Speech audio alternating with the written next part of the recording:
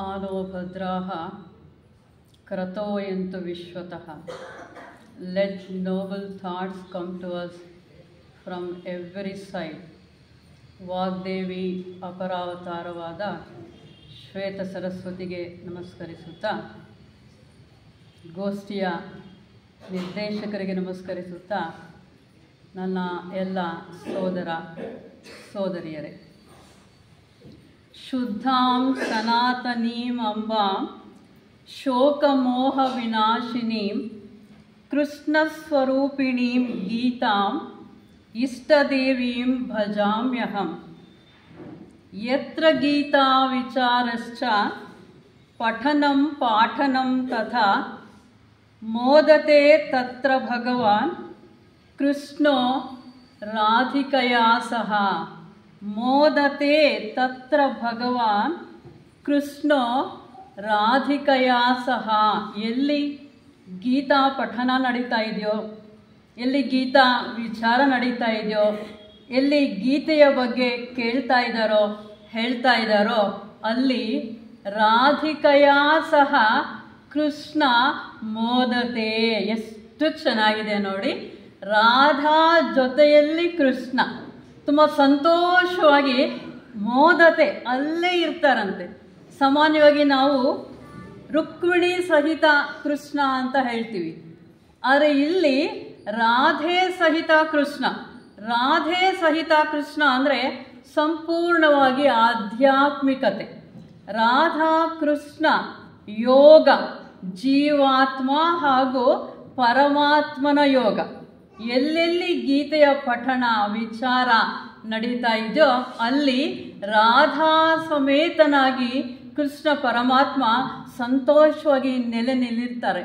ಅಂದಮೇಲೆ ನಿನ್ನೆಯಿಂದ ನಾವೆಲ್ಲ ಜೀವನ ಮಾಡ್ತಾ ಇರೋವಂಥದ್ದು ರಾಧಾ ಕೃಷ್ಣರ ಜೊತೆಯಲ್ಲಿ, ಆನಂದವಾಗಿ ಇರುವಂತಹ ರಾಧಾ ಕೃಷ್ಣರ ಜೊತೆಯಲ್ಲಿ ನಾವೆಲ್ಲರೂ ಕೂಡ ಆ ಪರಮಾನಂದವನ್ನು ಅನುಭವಿಸ್ತಾ ಇದ್ದೀವಿ ಅನ್ನೋದರಲ್ಲಿ ಎರಡು ಮಾತಿಲ್ಲ. ಇನ್ನು ಗೀತೆ ಎಂಥದ್ದು, ಅದರಿಂದ ನಮಗಾಗುವಂಥ ಪ್ರಯೋಜನ ಏನು? ಸಂಸಾರ ಸಾಗರಂ ಘೋರಂ ತರ್ತುಮಿಚ್ಛಸಿ ಯೋ ನರಃ ಗೀತಾ ನಾವಂ ಸಮಾಸಾಧ್ಯ ಪಾರಂ ಯಾತಿ ಸುಖೇನ ಸಹ. ಯೋ ನರಃ, ಯಾವ ಮನುಷ್ಯ, ಯಾವ ವ್ಯಕ್ತಿ ಸಂಸಾರ ಸಾಗರಂ ಘೋರಂ, ಘೋರವಾದಂತಹ ಈ ಸಂಸಾರ ಸಾಗರವನ್ನು, ಎಲ್ಲೆಲ್ಲಿ ನಮಗೆ ಆಧ್ಯಾತ್ಮಿಕವಾಗಿ ಸಂಸಾರ ಅಂತ ಬರುತ್ತೋ ಅಲ್ಲಿ ಹೆಂಡತಿ ಮಕ್ಕಳು ಕುಟುಂಬ ಅನ್ನುವಂಥ ಅರ್ಥದಲ್ಲಿ ನಾವು ತಗೊಳ್ಳೋದಿಲ್ಲ. ಸಂಸಾರ ಅಂದರೆ ಇಲ್ಲಿ ಪುನರಪಿ ಜನನಂ ಪುನರಪಿ ಮರಣಂ, ಈ ಚಕ್ರದಲ್ಲಿ ತಿರುಗ್ತಾ ಇರುವಂಥದ್ದು ಸಂಸಾರ. ಈ ಚಕ್ರದಲ್ಲಿ ಎಲ್ಲಿಯವರೆಗೂ ನಾವು ತಿರುಗ್ತಾ ಇರ್ತೀವೋ ಅಲ್ಲಿಯವರೆಗೂ ನಮಗೆ ದುಃಖ ತಪ್ಪಿದ್ದಲ್ಲ. ಅದು ದುಃಖ ಆಗಿರ್ಬೋದು, ದುಃಖದ ನೆರಳಿನ ಸುಖ ಆಗಿರ್ಬೋದು. ಪರಿಪೂರ್ಣವಾದ ಸುಖ ನಮಗೆ ಈ ಸಂಸಾರದಲ್ಲಿ, ಈ ಚಕ್ರದಲ್ಲಿ ನಮಗೆ ಸಿಗೋದಕ್ಕೆ ಸಾಧ್ಯ ಇಲ್ಲ.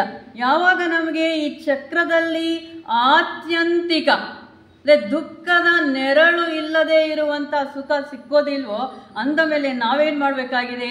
ಈ ಸಂಸಾರ ಸಾಗರವನ್ನು ದಾಟಬೇಕಾಗಿದೆ. ಈ ಸಂಸಾರ ಸಾಗರವನ್ನು ದಾಟಬೇಕು ಅಂದ್ಕೊಂಡಾಗ ನಮಗೆ ಒಂದು ಹಡಗಿನ ಸಹಾಯ ಬೇಕು. ಸಮುದ್ರವನ್ನು ದಾಟಬೇಕು, ಸಮುದ್ರವನ್ನು ದಾಟಬೇಕಾದ್ರೆ ನಮಗೆ ಹಡಗು ಬೇಕು. ಹಾಗೇನೆ ಈ ಸಂಸಾರ ಅನ್ನುವಂತಹ ಈ ಸಾಗರವನ್ನು ದಾಟೋದಿಕ್ಕೆ ನಮಗೆ ಬೇಕಾಗಿರುವಂಥ ಹಡಗು ಯಾವುದಪ್ಪ ಅಂದರೆ ಭಗವದ್ಗೀತೆ. ಭಗವದ್ಗೀತೆ ಅನ್ನುವಂತಹ ಹಡಗಿನ ಸಹಾಯದಿಂದ ಘೋರವಾಗಿರುವಂತಹ ಈ ಸಂಸಾರ ಸಾಗರವನ್ನು ಸುಖೇನ ಯಾತಿ, ಸುಲಭವಾಗಿ ನಾವು ದಾಟೋದಕ್ಕೆ ಸಾಧ್ಯ ಇದೆ. ನಮ್ಮ ನಿರ್ದೇಶಕರು ಈಗಾಗಲೇ ಹೇಳಿದ ಹಾಗೆ ಗೀತಾ ಪುಸ್ತಕ ಇರುವಂಥದ್ದು ದೇವರ ಮನೆಯಲ್ಲಿ ಪೂಜೆ ಮಾಡೋದಕ್ಕೆ ಮಾತ್ರ ಅಲ್ಲ, ಭಗವದ್ಗೀತೆ ಇರುವಂಥದ್ದು ಪಠನೆಗೆ ಮಾತ್ರ ಅಲ್ಲ, ಇದು ಅನುಷ್ಠಾನ ಗ್ರಂಥ. ಅವರ ಇಡೀ ಜೀವನದ ಸಾರವನ್ನು ಹೇಳಿದ್ರು ನಮ್ಮ ನಿರ್ದೇಶಕರು ಅಲ್ವಾ. ಆ ಒಂದು ಶ್ಲೋಕ ನನ್ನನ್ನು ಇಲ್ಲಿವರೆಗೂ ಕರ್ಕೊಂಡು ಬಂತು ಅಂತ. ಆ ಶ್ಲೋಕದ ಅನುಷ್ಠಾನ ಮಾತ್ರನೇ ನಮ್ಮನ್ನು ಈ ದುಃಖ ಸಾಗರದಿಂದ, ಸಂಸಾರ ಸಾಗರದಿಂದ ದಾಟಿಸೋದಕ್ಕೆ ಸಾಧ್ಯ ಆಗುತ್ತೆ. ಕಾರಣ ಈ ಗೀತಾ ನಾವ ಭಗವದ್ಗೀತೆ ಅನ್ನುವಂತಹ ಈ ಹಡಗನ್ನ ಹಿಡಿದಿರೋಂಥ ವ್ಯಕ್ತಿ ಸುಖೇನ ಯಾತಿ, ಸುಲಭವಾಗಿ ಈ ಸಂಸಾರ, ಎಂಥ ಸಂಸಾರ ಅದು, ಘೋರವಾಗಿರುವಂತಹ ಸಂಸಾರ ಅನ್ನುವಂತಹ ಸಾಗರವನ್ನ ಸುಖವಾಗಿ ಸುಲಭವಾಗಿ ದಾಟೋದಕ್ಕೆ ಸಾಧ್ಯ. ಎಲ್ಲಿಯವರೆಗೆ ನಾವು ಈ ಭಗವದ್ಗೀತೆಯಲ್ಲಿ ಬರುವಂತಹ ಅಂಶಗಳನ್ನು ಅನುಷ್ಠಾನಕ್ಕೆ ತಗೊಂಡು ಬರ್ತೀವೋ ಅಲ್ಲಿಯವರೆಗೂ ನಾವು ಆ ಸಂಸಾರವನ್ನು ದಾಟೋದಕ್ಕೆ ಸಾಧ್ಯ ಅಂತ. ಈಗ ನನ್ನ ಪಾಲಿಗೆ ಬಂದಿರುವಂತಹ ವಿಚಾರ ಏನದು ಅಂದರೆ, ಆಧ್ಯಾತ್ಮಿಕ ಮಾರ್ಗದಲ್ಲಿ ಶರಣಾಗತಿಯ ಮಹತ್ವ. ನಾವೆಲ್ಲರೂ ಕೂಡ ಈ ಲೌಕಿಕದಿಂದ ದೂರ ಬಂದು ಆಧ್ಯಾತ್ಮಿಕ ಮಾರ್ಗದಲ್ಲಿ ನಡೆಯುವಂತಹ ಸಂಕಲ್ಪವನ್ನು ಮಾಡಿದ್ದೀವಿ. ನಮಗೆಲ್ಲರಿಗೂ ಅರ್ಥ ಆಗಿದೆ, ಅನಿತ್ಯಂ ಅಸುಖಂ ಲೋಕಂ, ಇದು ಶಾಶ್ವತವಾಗಿರುವಂಥದ್ದು ಅಲ್ಲ. ಶಾಶ್ವತವಾಗಿರುವಂಥ ವಸ್ತು ಬೇರೊಂದಿದೆ, ಅದೇ ಆಧ್ಯಾತ್ಮ ಜೀವನ. ಇಲ್ಲಿ ಮಾತ್ರ ನಾವು ಶಾಶ್ವತವಾದ ವಸ್ತುವನ್ನು ಹಿಡಿಯೋದಕ್ಕೆ ಸಾಧ್ಯ ಅಂತ.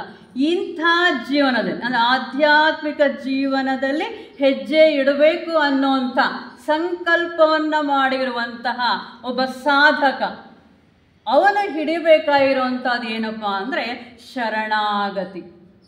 ಈಗಾಗಲೇ ನಮ್ಮ ನಿರ್ದೇಶಕರು ಹೇಳಿದ ರೀತಿಯಲ್ಲಿ ಕುರುಕ್ಷೇತ್ರದಲ್ಲಿ ಪ್ರಾರಂಭವಾದಂತಹ ಭಗವದ್ಗೀತೆ ಗೀತಾಚಾರ್ಯನ ಪಾದದ ಅಡಿಯಲ್ಲಿ ಸಂಪೂರ್ಣತೆಯನ್ನು ಹೊಂದ್ತಾ ಇದೆ. ಪರಮ ಗುರು ಚರಣ ಸನ್ನಿಧಿ ನಮ್ಮೆಲ್ಲರಿಗೂ ಕೂಡ ಪುಲಕಿತವಾಗುವಂತಹ ಒಂದು ವಿಚಾರ. ಎಷ್ಟು ಪದಗಳ ಜೋಡಣೆನೆ ನಮ್ಮಲ್ಲಿ ಕರ್ಕೊಂಡು ಹೋಗುತ್ತೇನೋ ಅಂತ ಅನ್ಸುತ್ತೆ. ಪರಮ ಗುರು ಚರಣ ಸನ್ನಿಧಿ, ಆ ಜಗತ್ ಗುರು ಕೃಷ್ಣ ಪರಮಾತ್ಮ ಕುರುಕ್ಷೇತ್ರದಲ್ಲಿ ನಮ್ಮ ಎಲ್ಲ ಕನ್ಫ್ಯೂಷನ್ಸ್ ಇರುವಂತಹ ಹೃದಯದಿಂದ, ಅರ್ಜುನ ಯಾರು ಅಲ್ಲ, ನಾವೇ. ಪ್ರತಿಯೊಬ್ಬ ಸಾಧಕನೂ ಅರ್ಜುನ. ಪ್ರತಿಯೊಬ್ಬ ಸಾಧಕನ ಮನಸ್ಸಿನಲ್ಲಿ ಈ ದ್ವಂದ್ವಗಳು ಕಾಡ್ತಾ ಇರುತ್ತೆ. ಸರಿ ಯಾವುದು, ತಪ್ಪು ಯಾವುದು, ಶಾಶ್ವತ ಯಾವುದು, ಅಶಾಶ್ವತ ಯಾವುದು, ನನ್ನೊಂದಿಗೆ ಈ ಜನ್ಮದಲ್ಲಿ ಇರುವಂತಹದ್ದು ಯಾವುದು, ನನ್ನೊಂದಿಗೆ ಶಾಶ್ವತವಾಗಿ ನನ್ನೊಂದಿಗೆ ಬರುವಂತಹದ್ದು ಯಾವುದು, ಈ ಎಲ್ಲದರ ಕನ್ಫ್ಯೂಷನ್ ಅಲ್ಲಿ ನಮ್ಮ ಜೀವನ ನಡೀತಾ ಇದೆ. ಅದೇ ರೀತಿಯಲ್ಲಿ ಅರ್ಜುನ, ಅದೇ ರೀತಿಯಲ್ಲಿ ನಾವು. ಕುರುಕ್ಷೇತ್ರದಲ್ಲಿ ಪ್ರಾರಂಭವಾದಂತಹ ಈ ಕನ್ಫ್ಯೂಷನ್ಸ್ ಏನಿದೆ ಅವೆಲ್ಲವೂ ಕೂಡ ಬಂದು ಜಗದ್ಗುರುವಿನ ಪರಮ ಚರಣ ಸನ್ನಿಧಿಯಲ್ಲಿ ವಿಲೀನ ಆಗುವಂಥದ್ದೇ ಶರಣಾಗತಿ. ಇದರ ಮಹತ್ವವನ್ನು ಅರಿಯುವಂಥ ವಿಚಾರ. ಇದನ್ನ ಒಂದು ಶ್ಲೋಕದಲ್ಲಿ ಹೇಳುವಂಥದ್ದು ಏನು ಅಂದರೆ, ಸರ್ವಧರ್ಮಾನ್ ಪರಿತ್ಯಜ್ಯ ಮಾಮೇಕಂ ಶರಣಂ ವ್ರಜ, ಅಹಂ ತ್ವಾ ಸರ್ವ ಪಾಪೇಭ್ಯೋ ಮೋಕ್ಷಯಿಷ್ಯಾಮಿ ಮಾ ಶುಚಃ. ನಾವು ಪ್ರಥಮವಾಗಿ ಬರುವಂತಹ ಅಧ್ಯಾಯಗಳನ್ನು ಪೀಠಿಕೆ, ಪೂರ್ವ ಪೀಠಿಕೆ ಅಂತ ತಗೊಂಡಾಗ, ಈ ಶ್ಲೋಕವಾದ ಮೇಲೆ ಬರುವಂಥ ಶ್ಲೋಕಗಳನ್ನು ಉತ್ತರ ಪೀಠಿಕೆ ಅಂತ ತಗೊಳ್ತೀವಿ. ಈ ಇಡೀ ಗೀತಾ ಸಾರದ ಸರ್ವಸ್ವ ನಮಗೆ ಸಿಗುವಂಥದ್ದು ಕೊನೆಯ ಅಧ್ಯಾಯವಾಗಿರುವಂತಹ ಮೋಕ್ಷ ಸನ್ಯಾಸ ಯೋಗದಲ್ಲಿ. ಮೋಕ್ಷ ಸನ್ಯಾಸ ಯೋಗ ಪ್ರತಿಯೊಂದು ಕಡೆ ಕೂಡ ನಮಗೆ ಬರುವಂತಹದ್ದು ಸನ್ಯಾಸ, ಬಿಡುಗಡೆ, ತ್ಯಾಗ, ಅಸಂಗ, ಎಲ್ಲ ಬೇರೆ ಬೇರೆ ಬೇರೆ ಪದಗಳು ಒಂದೇ ಅರ್ಥದಲ್ಲಿ ನಾವು ತಗೊಳ್ತಾ ಇದ್ದೀವಿ. ಬಿಡುವಂಥದ್ದು ಎಲ್ಲ. The meaning of sannyasa is doing everything and not doing anything. Doing everything, not doing anything. ಸಂಪೂರ್ಣ ಭಗವದ್ಗೀತೆ ಪ್ರಾರಂಭ ಆಗುವಂಥದ್ದು, ಅದು ಮತ್ತೆ ಅಂತ್ಯ ಆಗುವಂಥದ್ದು ಅದರಲ್ಲೇನೆ. ಏನು, ಎಲ್ಲ ಮಾಡದಂತಿರು, ಮಾಡುವಂತಿರು, ಮಾಡದಂತಿರು, ಮಾಡ್ತಾನೇ ಇರಬೇಕು. ಯಾವ್ಯಾವ ಕಾರ್ಯಗಳನ್ನು, ಯಾವ್ಯಾವ ಜವಾಬ್ದಾರಿಗಳನ್ನು, ಏನೇನು ಕರ್ತವ್ಯಗಳನ್ನು ನಾವು ಮಾಡಬೇಕಾಗಿದೆ ಎಲ್ಲವನ್ನೂ ಮಾಡ್ತಾನೆ ಇರಬೇಕು. ಆದರೂ ಎಲ್ಲವನ್ನೂ ಮಾಡ್ತಾ ಇದ್ದರೂ ಕೂಡ ಪದ್ಮಪತ್ರ ಇವಾಂಬಸ, ನೀರಲ್ಲೇ ಇದ್ರೂ ಕೂಡ, ಸಂಸಾರದಲ್ಲೇ ಇದ್ರೂ ಕೂಡ, ಜೀವನದಲ್ಲೇ ಇದ್ರೂ ಕೂಡ ಮುಳುಗ್ ಹೋಗಬೇಡ, ತೇಲ್ತಾ ಇರು. ಪದ್ಮಪತ್ರ ಇವಾಂಬಸ. ಅದಕ್ಕಾಗಿಯೇ ನಾವು ಈ ಮೋಕ್ಷ ಸನ್ಯಾಸ ಯೋಗ. ಅಂದರೆ ಸಂಪೂರ್ಣವಾಗಿ ಭಗವದ್ಗೀತೆ ಎಲ್ಲ 17 ಅಧ್ಯಾಯಗಳು ಪೂರ್ಣ ಆದ ಮೇಲೆ ಏನೇನೆಲ್ಲ ಮೊದಲಿನ ಅಧ್ಯಾಯದಿಂದ ಕೊನೆಯ ಅಧ್ಯಾಯದವರೆಗೂ ಕೃಷ್ಣ ಪರಮಾತ್ಮ ತನ್ನ ಶಿಷ್ಯನಾದ ಅರ್ಜುನನಿಗೆ ನಮಗೆಲ್ಲರಿಗೂ ತಿಳಿಯ ಹೇಳಿದಾನೋ ಅದರ ಎಲ್ಲದರ ಸಮ್ಮರಿ. ಸಾಮಾನ್ಯವಾಗಿ ಜೂನಲ್ಲಿ ಕ್ಲಾಸಸ್ ಸ್ಟಾರ್ಟ್ ಆದರೆ ಫೆಬ್ರವರಿವರೆಗೂ ಪಾಠಗಳನ್ನೆಲ್ಲ ಮುಗಿಸ್ಕೊಂಡು ಬರ್ತಾರೆ. ಇನ್ನೇನು ಎಕ್ಸಾಮ್ ಹತ್ರ ಬಂತು ಅಂದರೆ ವರ್ಷ ಇಡೀ ಏನೇನು ಪಾಠಗಳು ಮಾಡ್ಕೊಂಡು ಬಂದಿರ್ತಾರೆ ಅದರ ಎಲ್ಲ ಸರ್ವಸ್ವವನ್ನು ತೊಗೊಂಡು ಬಂದು ಇದು ಕಣೋ ನೀನು ಕಲ್ತಿರೋದು ಇನ್ನಿಷ್ಟು ನಡಿ ಇನ್ನು ಎಕ್ಸಾಮ್ಗೆ ಅದೊಂದು ಶೀಲ್ಡ್ ಹಾಕ್ಬಿಟ್ಟು ಒಂದು ರಕ್ಷಣಾ ಕವಚವನ್ನು ಹಾಕ್ಬಿಟ್ಟು ಇನ್ನೇನು ಪರವಾಗಿಲ್ಲ, you can pass the exam, ಆಯಿತು ನೀನು ಎಕ್ಸಾಮಲ್ಲಿ ಪಾಸಾಗಿ ಬರ್ತೀಯಾ ನಡಿ ಅಂತ ಒಬ್ಬ ಸ್ಟೂಡೆಂಟನ್ನು ಕಳಿಸೋ ರೀತಿಯಲ್ಲಿ ಈ ಶ್ಲೋಕವನ್ನು ಹೇಳ್ತಾ ಮುಂದೆ ಬರುವಂಥದ್ದೆಲ್ಲ ಕೂಡ ಅಂದರೆ ಇಲ್ಲಿವರೆಗೂ ಬಂದಿದ್ದೆಲ್ಲ ಕೂಡ ಭಗವದ್ಗೀತೆಯ ವಿಚಾರವಾಗಿ ಇನ್ ಡೀಟೇಲ್ ಹೇಳ್ಕೊಂಡು ಬಂದು ಅದನ್ನೆಲ್ಲ ಒಂದು ಕ್ಯಾಪ್ಸೂಲ್ ಮಾಡಿ ನಮಗೆ ಉಣಬಡಿಸ್ತಾ ಇರುವಂಥದ್ದು ಆ ಜಗದ್ಗುರು ಕೃಷ್ಣ ಪರಮಾತ್ಮ ಈ ಶ್ಲೋಕದಲ್ಲಿ. ಯಾವ ಶ್ಲೋಕದಲ್ಲಿ? ಸರ್ವಧರ್ಮಾನ್ ಪರಿತ್ಯಜ್ಯ ಮಾಮೇಕಂ ಶರಣಂ ವ್ರಜ ಅಹಂ ತ್ವಾ ಸರ್ವ ಪಾಪೇಭ್ಯೋ ಮೋಕ್ಷಯಿಷ್ಯಾಮಿ ಮಾ ಶುಚಃ. ಅದಕ್ಕಾಗಿ ಈ ಶ್ಲೋಕವನ್ನು ಚರಮ ಶ್ಲೋಕ ಅಂತ ಕರೀತಾರೆ. ಚರಮ ಶ್ಲೋಕ ಅಂದರೆ ಒಂದು ಅರ್ಥದಲ್ಲಿ ಕೊನೆಯ ಶ್ಲೋಕ. ಇದಾಯಿತು ಅಂದರೆ ಇನ್ನು ಮುಂದೆ ಇನ್ನೇನೋ ಇಲ್ಲ, ಇಷ್ಟು ಬಂದರೆ ಸಾಕು ಅಂತ. ಚರಮ ಅಂದರೆ ಇನ್ನೊಂದು ಅರ್ಥದಲ್ಲಿ ಪವಿತ್ರವಾದಂತಹ ಶ್ರೇಷ್ಠವಾದಂತಹ ಶ್ಲೋಕ. ಈ ಶ್ಲೋಕಕ್ಕೆ ಮೀರಿರುವಂತಹ ಇನ್ನೊಂದು ಶ್ಲೋಕ ಇಲ್ಲ ಅಂತ. ಅಂದರೆ ಇಲ್ಲಿ ನಾವು ಮುಖ್ಯವಾಗಿ ನೋಡ್ತಾ ಇರುವಂಥದ್ದು ಪ್ರಥಮವಾಗಿ ಏನದು?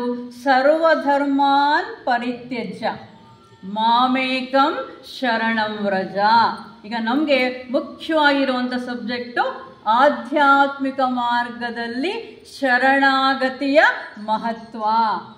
ಯಾವ ರೀತಿಯಲ್ಲಿ ನಾವು ಆಧ್ಯಾತ್ಮಿಕ ಮಾರ್ಗದಲ್ಲಿ ನಡಿಬೇಕು ಅಂತ ಅಂದ್ಕೊಂಡವರು ನಮಗೆ ಬೇಕಾಗಿರುವಂತಹ ಸಾಧನೆ ಏನು, ನಾವು ಮಾಡಬೇಕಾಗಿರುವಂಥ ಸಾಧನೆ ಏನು ಅಂದರೆ ಶರಣಾಗತಿ.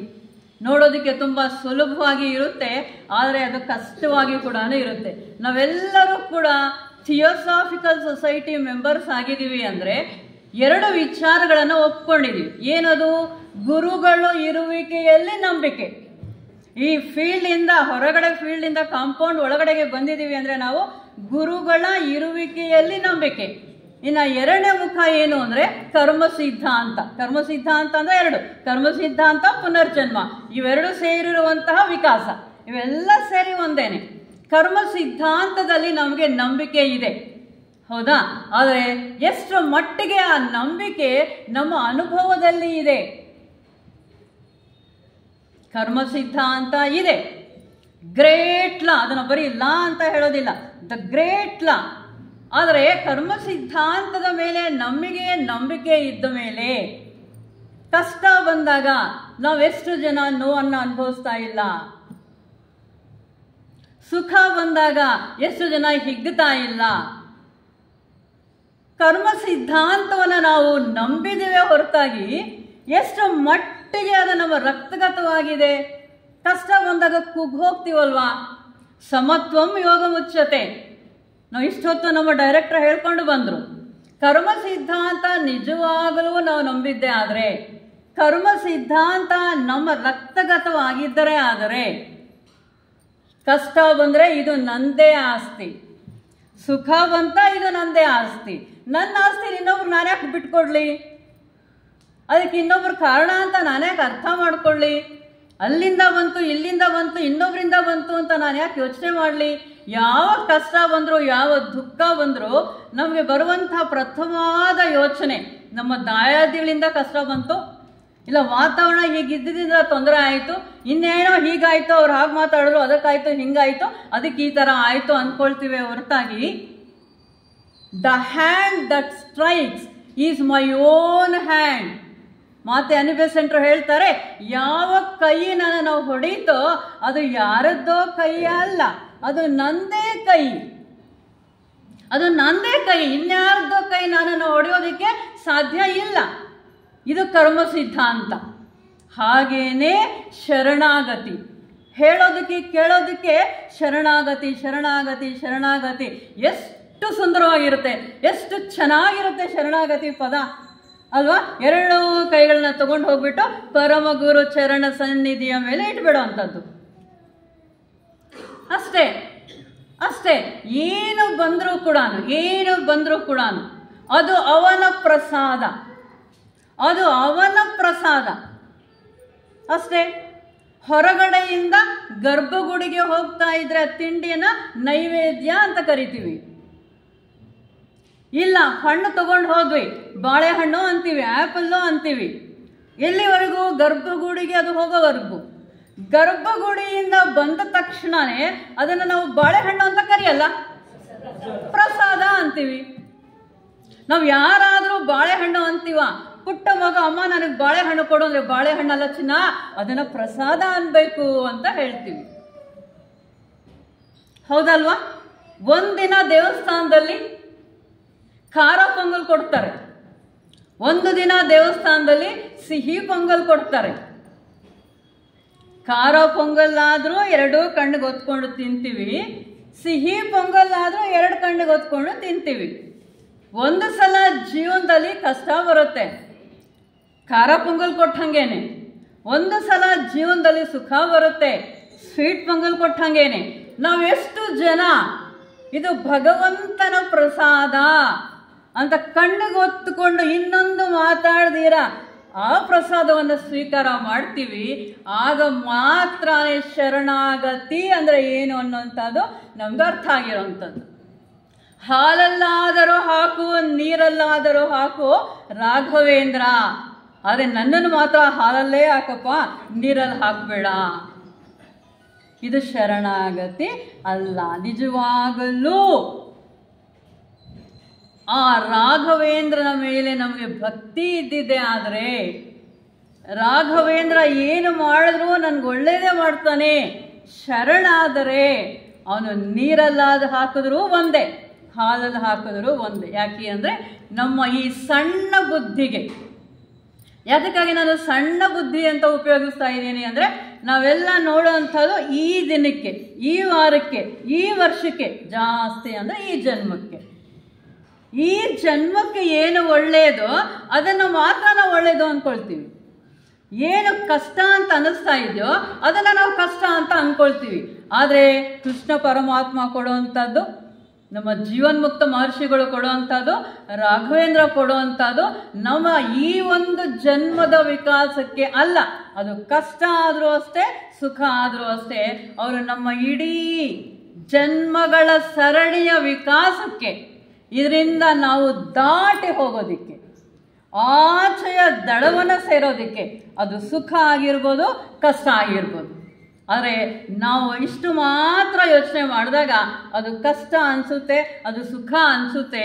ಆದರೆ ಇಲ್ಲಿ ಪ್ರಥಮವಾಗಿ ನಮ್ಮಲ್ಲಿ ಬೆಳಿಬೇಕಾಗಿರುವಂತಹ ಸದ್ಗುಣ ಯಾವುದಪ್ಪ ಅಂದರೆ ಪರಿಪೂರ್ಣವಾದ ನಂಬಿಕೆ, ಫೇತ್. ಕೃಷ್ಣ ಪರಮಾತ್ಮ ಇದ್ದಾನೆ, ಗುರುಗಳು ಇದ್ದಾರೆ ಅಂದ ಮೇಲೆ ಅವರು ಏನು ಕೊಟ್ಟರೂ ಕೂಡ ನನ್ನ ಒಳ್ಳೆಯದಕ್ಕೇನೆ. ಯಾವುದು ಒಳ್ಳೆಯದು? ವಿಕಾಸ ಕ್ರಮದಲ್ಲಿ ನಮ್ಮನ್ನು ಮುಂದಕ್ಕೆ ಏನೇನು ಕರ್ಕೊಂಡು ಹೋಗುತ್ತೋ ಅದೆಲ್ಲ ಒಳ್ಳೆಯದೇ. ಅದು ಕಷ್ಟ ಆಗಿರ್ಬೋದು, ಅದು ಸುಖ ಆಗಿರ್ಬೋದು.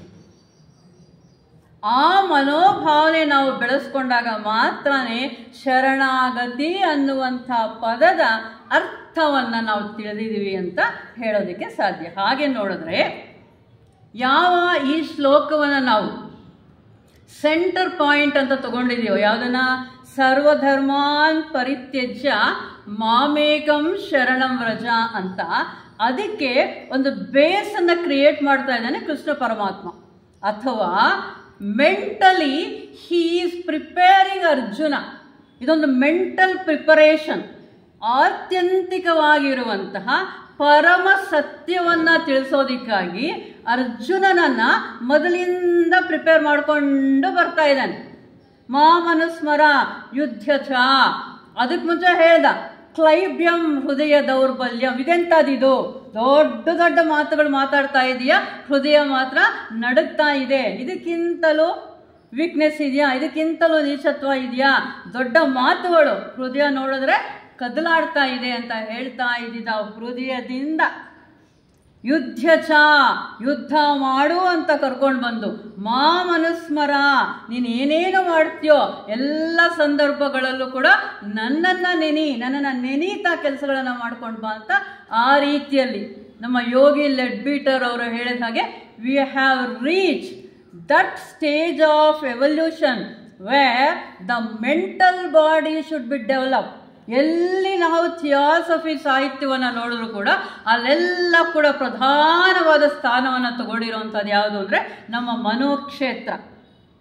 ಇದನ್ನು ನಾವು ನಮ್ಮ ಕಂಟ್ರೋಲ್ಗೆ ತಗೊಂಡ್ಬಿಟ್ರೆ ಇನ್ನು ಮುಂದೆ ಬರೋದಂತೆಲ್ಲ ಕೂಡ ಪ್ರಜ್ಞೆ, ಮನೋಪ್ರಜ್ಞೆ ಅಂತ ನಾವು ಹೇಳಲ್ಲ, ಮನಸ್ಸನ್ನು ದಾಟಿದ ಮೇಲೆ ಬುದ್ಧಿ ಪ್ರಜ್ಞೆ ಅಂತ ಹೇಳ್ತೀವಿ.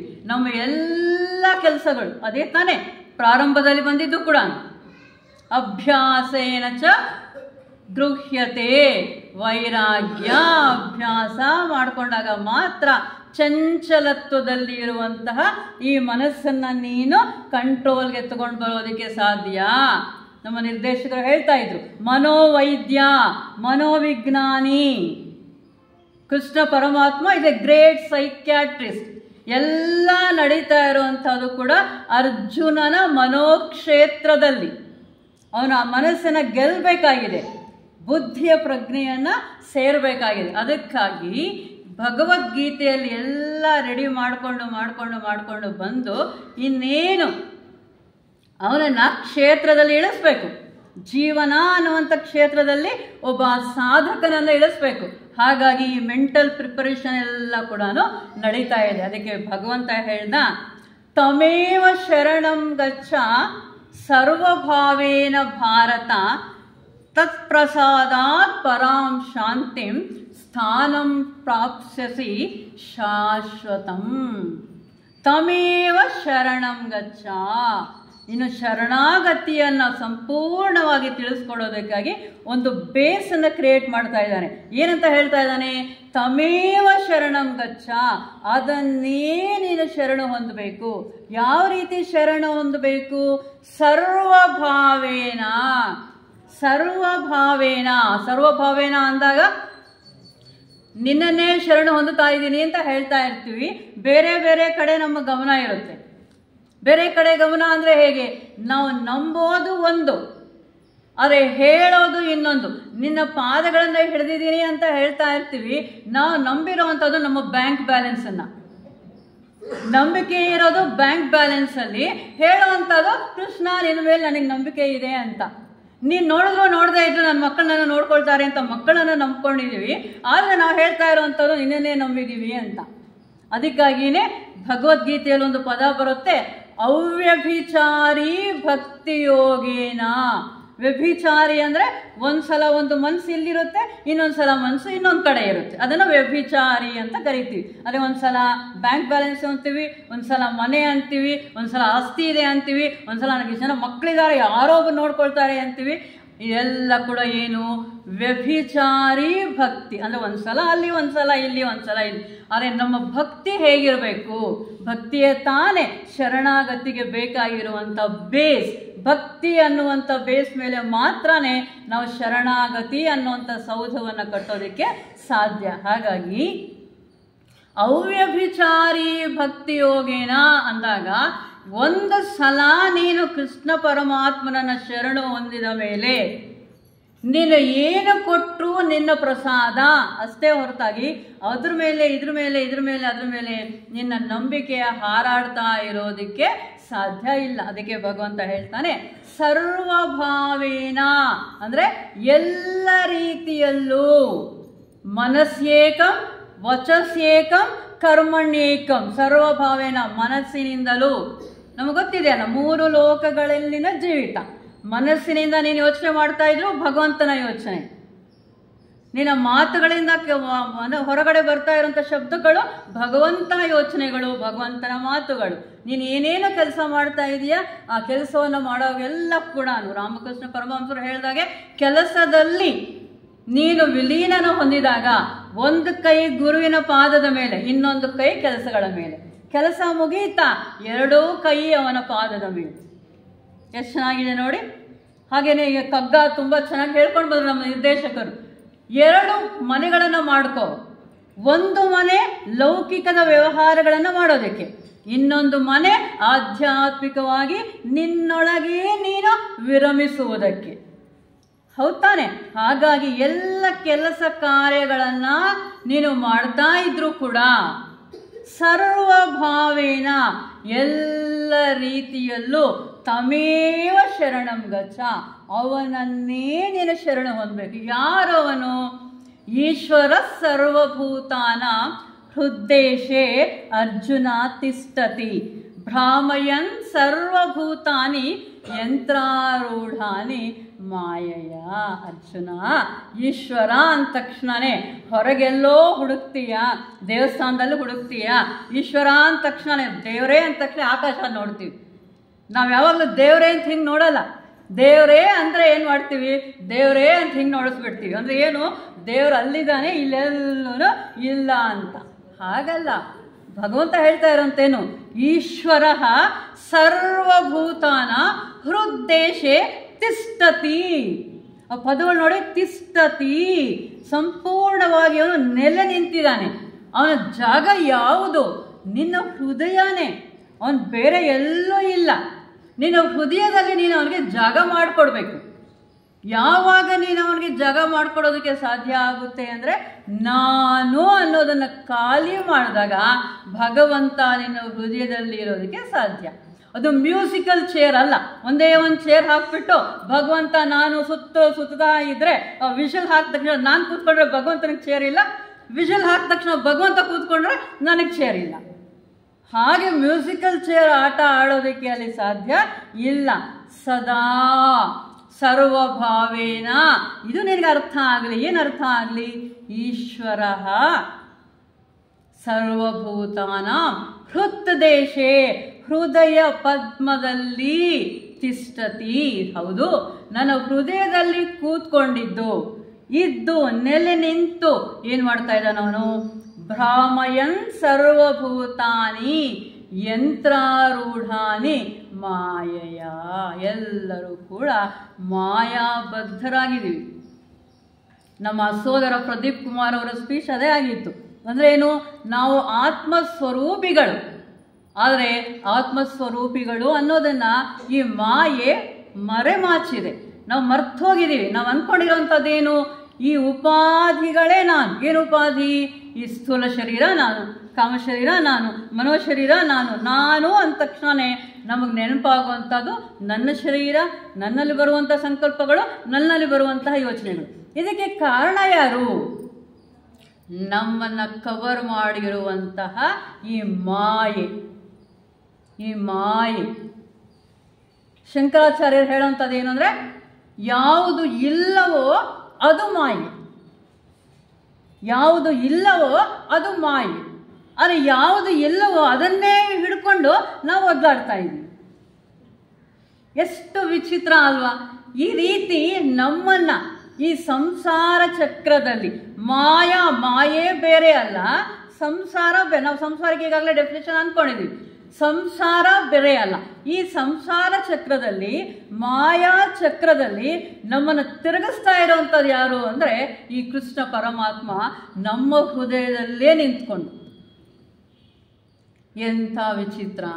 ಹಾಗಿದ್ರೆ ಈ ತಿರುಗಿಸ್ತಾ ಇರೋವಂಥ ಚಕ್ರವನ್ನು ನಿಲ್ಲಿಸ್ಬೇಕಾದ್ರೆ, ಈ ಮಾಯೆಯಿಂದ ನಾವು ಹೊರಗೆ ಬರಬೇಕಾದ್ರೆ ನಾವು ಮಾಡಬೇಕಾಗಿರುವಂಥ ಕೆಲಸ ಏನು ಅಂದರೆ ತಮೇವ ಶರಣಂ ಗಚ್ಚ. ಭಗವಂತ ಯಾವ ಚಕ್ರದಲ್ಲಿ, ಯಾವ ಮಾಯಾ ಚಕ್ರದಲ್ಲಿ ನಮ್ಮನ್ನು ಸೇರಿಸ್ಬಿಟ್ಟು ನೀನು ತಿರುಗಿಸ್ತಾ ಇದೆಯೋ, ನೀನೇ ತಾನೇ ತಿರುಗಿಸ್ತಾ ಇರೋವಂಥದ್ದು. ಯಾರು ತಿರುಗಿಸ್ತಾ ಇದ್ದಾರೋ ಅವರಿಗೆ ಮಾತ್ರನೇ ನಿಲ್ಲಿಸೋ ಅಂಥ ಶಕ್ತಿ ಇರೋವಂಥದ್ದು. ಲಾಜಿಕ್ ತಾನೆ. ಅವನ ಹತ್ರ ಇದೆ ಕೀ. ಅವನು ತಿರುಗಿಸ್ತಾ ಇರೋವಂಥವನು. ಅವನನ್ನೇ ನಾವು ಬೇಡಬೇಕು. ಏನಂತ ಬೇಡಬೇಕು? ಈ ಮಾಯಾ ಚಕ್ರದಲ್ಲಿ ನಾನು ಸಿಲ್ಕಾಕೊಂಡಿದ್ದೀನಿ, ನೀನು ತಿರುಗಿಸ್ತಾ ಇದೀಯಾ? ನಾನು ತಿರುಗ್ತಾನೇ ಇದ್ದೀನಿ, ಬಿಡಿಸಪ್ಪ ನನ್ನನ್ನು. ತಮೇವ ಶರಣಂ ಗಚ್ಚ. ಹೇಗೆ? ಸರ್ವಭಾವೇನ. ಅದರಲ್ಲಿ ಮತ್ತೆ 99%, 99.99% that cannot be equal to 100%.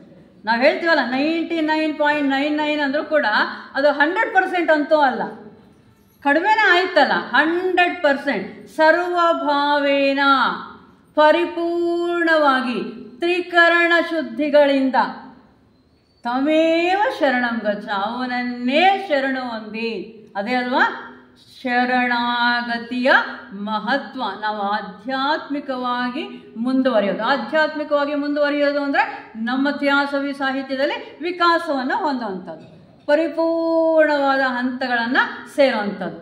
ಈ ರೀತಿಯಾಗಿ ಆಧ್ಯಾತ್ಮಿಕವಾಗಿ ನಾವು ಮುಂದುವರಿಬೇಕಾದ್ರೆ, ಆ ಆಧ್ಯಾತ್ಮಿಕ ಪಥದಲ್ಲಿ ವಿಕಾಸದ ಹಾದಿಯಲ್ಲಿ ನಾವು ನಡಿಬೇಕಾದ್ರೆ ಶರಣಾಗತಿಯೇ ಇರುವಂತಹ ದಾರಿ. ಹಾಗಾಗಿ ಯಾವ ಈ ಮಾಯಾ ಪ್ರಪಂಚದಲ್ಲಿ ನಾವು ಸಿಲುಕಿ ಆ ಕೃಷ್ಣನ ಕೈಯಲ್ಲಿ ಅವನ ಸೂತ್ರಧಾರಿ, ನಾವು ಪಾತ್ರಧಾರಿಗಳು ಅಷ್ಟೇ. Life is A drama. ಈ ಒಂದು ಡ್ರಾಮಾನ ಆಡಿಸ್ತಾ ಇರೋವಂಥವನು ಭಗವಂತ ಕೃಷ್ಣ ಪರಮಾತ್ಮ. ಆಡ್ತಾ ಇರೋವಂಥವ್ರು ನಾವು. ಆ ಕೀಲಿ ಕೈ ಅವನ ಕೈಯಲ್ಲಿದೆ. ಆ ಕೀಲಿ ಕೈನ ನಿಲ್ಲಿಸು, ನಮಗೆ ಸಾಕು, ಈ ಜನನ ಮರಣ ಚಕ್ರದಿಂದ ನಮ್ಮನ್ನು ಆಚೆ ಕಡೆ ಹಾಕು ಅಂತ ಕೇಳ್ಕೋಬೇಕಾಗಿರೋದು ಅವನನ್ನೇ. ಕೇಳ್ಕೋಬೇಕಾಗಿರೋದಕ್ಕೆ ಇರುವಂಥ ಮಾರ್ಗ ಒಂದೇ ಒಂದು, ಅದ್ಯಾವುದಪ್ಪ ಅಂದರೆ ತಮೇವ ಶರಣಂ ಗಚ್ಚ, ಅವನನ್ನೇ ಶರಣು ಹೊಂದೋದು. ಅದಕ್ಕಾಗಿ ಈಗ ನಮ್ಮನ್ನು ಪ್ರಿಪೇರ್ ಮಾಡ್ತಾ ಇದ್ದಾನೆ ಕೃಷ್ಣ ಪರಮಾತ್ಮ. ಏನಂತ ಪ್ರಿಪೇರ್ ಮಾಡ್ತಾ ಇದ್ದಾನೆ? ಸರ್ವಗುಹ್ಯತಮಂ ಭೂಯಃ ಶೃಣು ಮೇ ಪರಮಂ ವಚಃ ಇಷ್ಟೋಸಿ ಮೇ ದೃಢಮತಿ ತಥೋ ವಕ್ಷ್ಯಾಮಿ ತೇ ಹಿತಂ. ಈಗ ಹೇಳ್ತಾ ಇದ್ದೀನಿ ನೋಡು, ನಾವು ಮಕ್ಕಳಿಗೆ ಪಾಠ ಮಾಡುವಾಗ ಪಾಠ ಮಾಡಿಕೊಂಡು ಹೋಗ್ತಾ ಇರ್ತೀವಿ. ಆಮೇಲೆ ಎಕ್ಸಾಮ್ಗೆ ಇಂಪಾರ್ಟೆಂಟ್ ವಿಚಾರ ಬಂದಾಗ 4-5 ಸಲ ಇದು ಇಂಪಾರ್ಟೆಂಟು ಗುರ್ತು ಮಾಡ್ಕೋ, ಇದನ್ನು ಮಾರ್ಕ್ ಮಾಡ್ಕೋ, ಇದು ಯಾವುದೋ ಒಂದು ಮಾರ್ಕ್ ಮಾಡ್ಕೊಂಡು ಇಟ್ಕೋ, ಆ ಎಕ್ಸಾಮಲ್ಲಿ ಬರುತ್ತೆ ಅಂತ. ಅದೇ ರೀತಿಯಲ್ಲಿ ಪರಮಾತ್ಮ ಹೇಳ್ತಾ ಇದ್ದಾರೆ ಸರ್ವಗುಹ್ಯತಮಂ ಅಂದರೆ ಇಲ್ಲಿ ಡಿಗ್ರೀಸ್ ಆಫ್ ಕಂಪ್ಯಾರಿಸನ್ ಅಂತ ಕಳಿತೀವಿ. ಏನು? Secret, more secret, most secret. ಅದೇ ಥರ ಗುಹ್ಯ, ಗುಹ್ಯತರ, ಗುಹ್ಯತಮ. ಗುಹ್ಯತಮ ಅಂದರೆ ಅತಿ ಸೇಕ್ರೆಟ್ ಆ್ಯಂಡ್ ಆಲ್ಸೋ ಸೀಕ್ರೆಟ್, ಪವಿತ್ರವಾದಂತಹ ರಹಸ್ಯಪೂರಿತವಾಗಿರುವಂತಹ ಒಂದು ವಿಚಾರವನ್ನು ಈಗ ನಾನು ತಿಳಿಸೋದಕ್ಕೆ ಪ್ರಯತ್ನ ಮಾಡ್ತಾ ಇದ್ದೀನಿ. ಗಮನಿಸು, ಮಿಸ್ ಮಾಡ್ಕೋಬೇಡ, ಕೇಳಿಸ್ಕೋ. ಅದು ಎಂಥ ವಿಚಾರವನ್ನು ನಾನು ಹೇಳ್ತಾ ಇದ್ದೀನಿ ಅಂದರೆ ತೇ ಹಿತಂ, ನಿನಗೆ ಯಾವುದು ಒಳ್ಳೆಯದು. ಆಧ್ಯಾತ್ಮಿಕದಲ್ಲಿ ನಾವು ಸಾಮಾನ್ಯವಾಗಿ 2 ವಿಚಾರಗಳನ್ನ ಅಥವಾ 2 ಪದಗಳನ್ನ ಕೇಳಿಸ್ಕೊಳ್ತೀವಿ. ಏನದು ಅಂದರೆ ಪ್ರೇಯಸ್ಸು, ಶ್ರೇಯಸ್ಸು. ಪ್ರೇಯಸ್ಸು ಅಂದರೆ ನಮಗೆ ತುಂಬ ಇಷ್ಟವಾಗಿರೋವಂಥದ್ದು. ಅಂದರೆ ಏನು? ಮಕ್ಕಳಿಗೆ ಯಾವುದು ಇಷ್ಟ? ಟಿ ವಿ ನೋಡೋದು ಇಷ್ಟ. ಈಗ ಟಿ ವಿ ಕೂಡ ಕಡಿಮೆ ಆಗೋಗಿದೆ. ಫೋನ್ ನೋಡೋದು ಇಷ್ಟ. ಆ ಫೋನ್ ನೋಡೋದು ಅವನಿಗೆ ಇಷ್ಟನೇ, ಆದರೆ ಅವನ ಜೀವನ ಉದ್ಧಾರ ಆಗೋದಿಲ್ವಲ್ಲ ಫೋನು ನೋಡ್ಕೊಂಡಿದ್ರೆ. ಪ್ರೇಯಸ್ಸು ನಮಗಿಷ್ಟ, ಆದರೆ ಆ ಪ್ರೇಯಸ್ಸಿಂದ ನಮಗೆ ಶ್ರೇಯಸ್ ಸಿಗ್ತಾ ಇಲ್ವಲ್ಲ. ಎಲ್ಲೋ ಒಂದು ಕಡೆ ಪ್ರೇಯಸ್ಸನ್ನ ನಿಲ್ಲಿಸ್ಬೇಕು. ಅದನ್ನೇ ನಾವು ಇನ್ನೊಂದು ಮಾತಲ್ಲಿ ಹೇಳ್ತೀವಿ, ಪ್ರವೃತ್ತಿ ನಿವೃತ್ತಿ. ಪ್ರವೃತ್ತಿ ಮಾರ್ಗದಲ್ಲಿ ಒಂದು ಕಡೆ ನಿಲ್ಲಬೇಕು. This is the turning point of every ಸಾಧಕ. ಪ್ರತಿಯೊಬ್ಬ ಸಾಧಕನು ಅವನ ಜೀವನದಲ್ಲಿ ಪ್ರೇಯಸ್ಸಿನ ಕಡೆ ಅಂದರೆ ಈ ಜನ್ಮಕ್ಕೆ ಬೇಕಾಗಿರುವಂಥ ವಿಚಾರ ಕಡೆ ನಡ್ಕೊಂಡು ಹೋಗ್ತಾ ಇರ್ತಾನೆ. ಒಂದು ಕಡೆ ನಿಂತು ಬಿಟ್ಟು ಮತ್ತೆ ನೀನು ಟರ್ನಿಂಗ್ ತಗೋಬೇಕು. ನೀನು ಟರ್ನಿಂಗ್ ಯಾವ ಕಡೆ ಹೋಗಬೇಕು?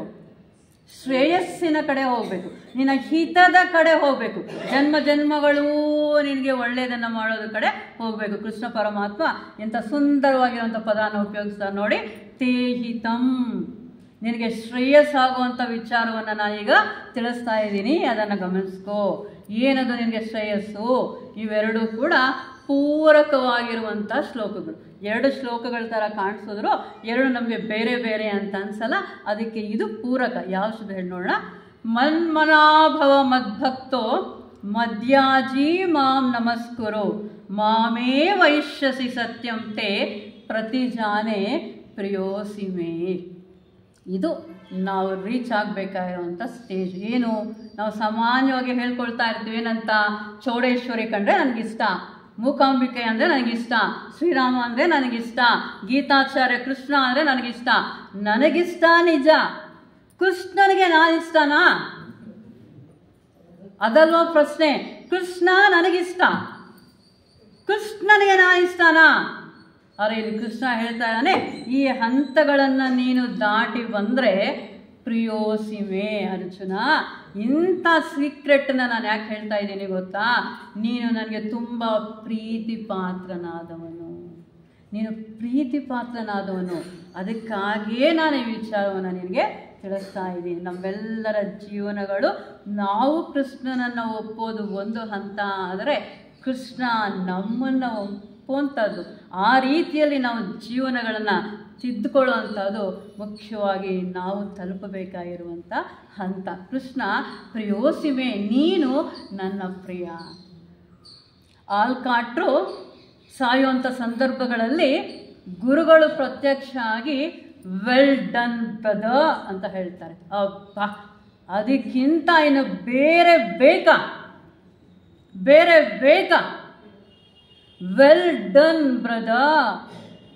ಗುರುಗಳೇ ಎಷ್ಟು ಚೆನ್ನಾಗಿ ಮಾಡ್ಕೊಂಡು ಬಂದೆ ಅಂತ ಬೆನ್ ತಟ್ಟಬೇಕಾದ್ರೆ ಅದಕ್ಕಿಂತಲೂ ಸಾರ್ಥಕವಾಗಿರುವಂಥ ಜೀವನ ಮತ್ತೊಂದಿರುತ್ತಾ? ಗುರುಗಳು ಒಪ್ಪುವ ಜೀವನ, ಅದೇ ಗುರುಗಳು ಒಪ್ಪುವ ಜೀವನ. ಹಾಗೆ ಕೃಷ್ಣ ಪರಮಾತ್ಮ ಅರ್ಜುನನಿಗೆ ಹೇಳ್ತಾ ಇದ್ದಾರೆ, ಪ್ರಿಯೋಸಿಮೆ, ನೀನು ನನಗೆ ಪ್ರಿಯನಾಗಿರುವ ಕಾರಣ ಗುಹ್ಯತಮಂ, ಮೋಸ್ಟ್ ಸೀಕ್ರೆಟ್ ಯಾವುದಪ್ಪ ಅಂದ್ರೆ ಮನ್ಮನಾಭವ, ನಿನ್ನ ಮನಸ್ಸಿನ ತುಂಬ ನನ್ನನ್ನೇ ಆರಾಧನೆ ಮಾಡು. ತ್ರಿಕರಣ ಶುದ್ಧಿಗಳಿಂದ ಆ ಭಗವಂತನೇ ನನ್ನ ಜೀವ, ಆ ಭಗವಂತನೇ ನನ್ನ ಪ್ರಾಣ ಅನ್ನುವಂಥ ಆ ವಿಚಾರದಲ್ಲಿ ನೀನು ಸದಾ ನೆಲೆ ನಿಲ್ಲು. ಕಾರಣ ಏನು ಅಂದರೆ ಮನಯೇವ ಮನುಷ್ಯಾನ ಕಾರಣಂ ಬಂಧ ಮೋಕ್ಷಯೋಹೋ. ಒಂದು ಬೀಗ ಇದೆ, ಬೀಗಕ್ಕೆ ಒಂದು ಬೀಗದ ಕೈ ಇರುತ್ತೆ, ಒಂದೇ ಬೀಗದ ಕೈ. ಆದರೆ ಆ ಬೀಗದ ಕೈಯಿಂದ ಈ ರೀತಿ ತಿರುಗಿಸಿದ್ರೆ ಅದು ಲಾಕ್ ಆಗುತ್ತೆ, ಈ ರೀತಿ ತಿರುಗಿಸಿದ್ರೆ ಓಪನ್ ಆಗುತ್ತೆ. ಅಷ್ಟೇ ತಾನೇ? ಒಂದು ಬೀಗಕ್ಕೆ ಒಂದೇ ಬೀಗದ ಕೈ ಇರುತ್ತೆ, 2-3 ಬೀಗದ ಕೈಗಳಿರೋದಿಲ್ಲ. ಒಂದು ಓಪನ್ ಮಾಡೋಕ್ಕೊಂದು ಬೀಗದ ಕೈ, ಕ್ಲೋಸ್ ಮಾಡೋಕ್ಕೊಂದು ಬೀಗದ ಕೈ ಇರಲ್ಲ. ಅದೇ ಬೀಗದ ಕೈನ ಒಂದು ಕಡೆ ತಿರುಗಿಸಿದ್ರೆ ಲಾಕ್ ಆಗುತ್ತೆ, ಒಂದು ಕಡೆ ತಿರುಗಿಸಿದ್ರೆ ಓಪನ್ ಆಗುತ್ತೆ. ಅದೇ ರೀತಿಯಲ್ಲಿ ಇದೇ ಮನಸ್ಸು ಒಂದು ಕಡೆ ತಿರುಗಿಸಿದ್ರೆ ನಮ್ಮನ್ನು ಬಂಧನಕ್ಕೊಳಗೆ ಮಾಡುತ್ತೆ, ಇನ್ನೊಂದು ಕಡೆ ತಿರುಗಿಸಿದ್ರೆ ನಮಗೆ ಬಿಡುಗಡೆಯನ್ನು ಕೊಡುತ್ತೆ. ಎಲ್ಲಿ ಸ್ವಾರ್ಥ, ಮೋಹ, ನಾನು, ನಂದು ಎಲ್ಲಿವರೆಗೂ ಇರುತ್ತೋ ಅವೆಲ್ಲ ಸಂಘ. ಅದೇ ತಾನೇ ಭಗವದ್ಗೀತೆ ಹೇಳುವಂಥದ್ದು. ಸಂಘ ಎಲ್ಲಿವರೆಗೂ ಇರುತ್ತೋ ಅಲ್ಲಿವರೆಗೂ ಬಂಧ ಇದ್ದೇ ಇರುತ್ತೆ, ಅದು ಲಾಕ್ ಮಾಡುತ್ತೆ ನಮ್ಮನ್ನು. ಅದನ್ನು ಈ ಕಡೆ ತಿರುಗಿಸಿ ಶರಣಾಗತಿ, ಎಲ್ಲ ರೀತಿಯಲ್ಲೂ ನೀನೇ ಪರಮಾತ್ಮ ಅನ್ನುವಂಥ ಭಾವನೆ ನಮ್ಮಲ್ಲಿ ಹುಟ್ಟಿ ಬಂದಾಗ ಅದೇ ನಮ್ಮನ್ನು ಬಿಡುಗಡೆಯ ಕಡೆ ಕರ್ಕೊಂಡು ಹೋಗುತ್ತೆ. ಮದ್ಭಕ್ತೋ, ನನ್ನನ್ನೇ ಸ್ಮರಿಸು, ನನ್ನ ಭಕ್ತನಾಗು, ಇನ್ನು ಬೇರೆ ಯಾವ ಕಡೆಯೂ ಸಾ ಪರಾನಕ್ತುರೀಶ್ವರೇ, ಪರ ಅನುರಕ್ತಿ ಈಶ್ವರೇ. ಅಂದರೆ ಪ್ರೇಮವನ್ನು ತಗೊಂಡು ಹೋಗಿ ಪರಮಾತ್ಮನ ಪಾದದಡಿ ಇಟ್ಟಾಗ ಅದೇ ಭಕ್ತಿ.